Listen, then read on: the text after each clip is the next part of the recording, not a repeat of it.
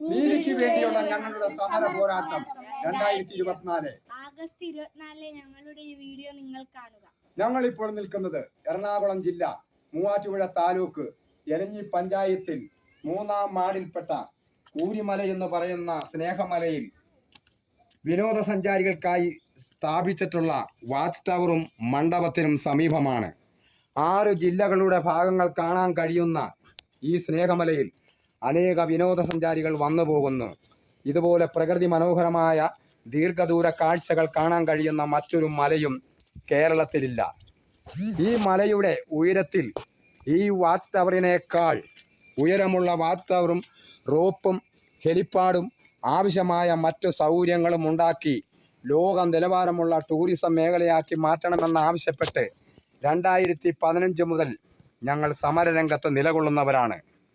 മലയുടെ പടിഞ്ഞാറേ അറ്റം കാറിയുടമ നശിപ്പിച്ചുകൊണ്ട് കിഴക്കേ ഭാഗത്തേക്ക് വന്നുകൊണ്ടിരിക്കുന്ന സമയത്ത് LDF സർക്കാർ, ഹൈക്കോടതി, ജില്ലാ കളക്ടർ, RDO തുടങ്ങിയ ബന്ധപ്പെട്ട അധികാരികൾക്കെല്ലാം ഞാൻ പരാതികൾ സമർപ്പിച്ചിട്ടുള്ളതാണ്.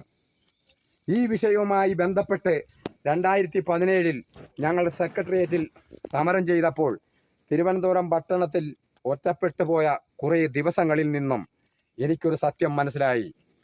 ഈ സ്നേഹമലയ്ക്കു വേണ്ടി സെക്രട്ടേറിയറ്റിൽ സമരം ചെയ്ത ഞാൻ ഒരു ലോക മരമണ്ടനാണെന്ന മഹാസത്യം. സെക്രട്ടേറിയറ്റ് സമരം കഴിഞ്ഞ് 6 വർഷക്കാലം ഞങ്ങൾ ഈ ഗ്രാമത്തിൽ നിന്നും മാറി താമസിക്കുകയായിരുന്നു. 2 മാസമായി ഞങ്ങൾ ഈ ഗ്രാമത്തിൻ്റെ താഴ്വാരത്തിൽ താമസമാക്കിയിട്ട്. ഒരു അപകടത്തിൽ നിന്നും മറ്റൊരു മഹാ അപകടത്തിലേക്ക് എന്ന പോലെ ഇത്രയും ദിവസം കൊണ്ട് ഞെട്ടിപ്പിക്കുന്ന മറ്റൊരു ദയനീയമായ അവസ്ഥയാണ് ഞങ്ങൾക്ക് ഈ ഗ്രാമത്തിൽ അറിയാൻ കഴിഞ്ഞത്. പാറമടയും ടൂറിസവും ഈ മനോഹരമായ ഗ്രാമത്തെയും ഗ്രാമവാസികളെയും ഒരുപോലെ നശിപ്പിച്ചു കൊണ്ടിരിക്കുകയാണെന്ന മഹാസത്യം.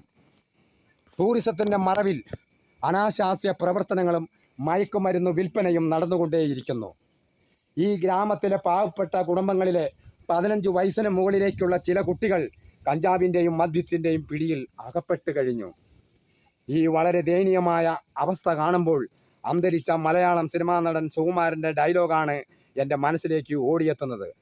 അയ്യോ പാവം, ഇനി ഇവിടെ നടക്കാനുള്ളത് ബലാസംഗവും കൊലപാതകവുമാണ്. സഹകരണ സംഘം ദിനം പ്രതി ഇവിടെ നടന്നുകൊണ്ടേയിരിക്കുന്നു. അതിനു വേണ്ടതായ കാർഡുകളും സൗകര്യങ്ങളും ഈ സ്നേഹമലയിലുണ്ട്. ഈ സഹകരണ സംഘത്തിൽ സഹകരണം ഇല്ലാതാകുമ്പോഴാണല്ലോ ബലാസംഘമായി മാറുന്നത്. ഇങ്ങനെയൊരു അവസ്ഥ ഉണ്ടാകാതിരിക്കാനും ഇവിടെ നടന്നുകൊണ്ടിരിക്കുന്ന സംഭവങ്ങളുടെ ഗൗരവം മനസ്സിലാക്കി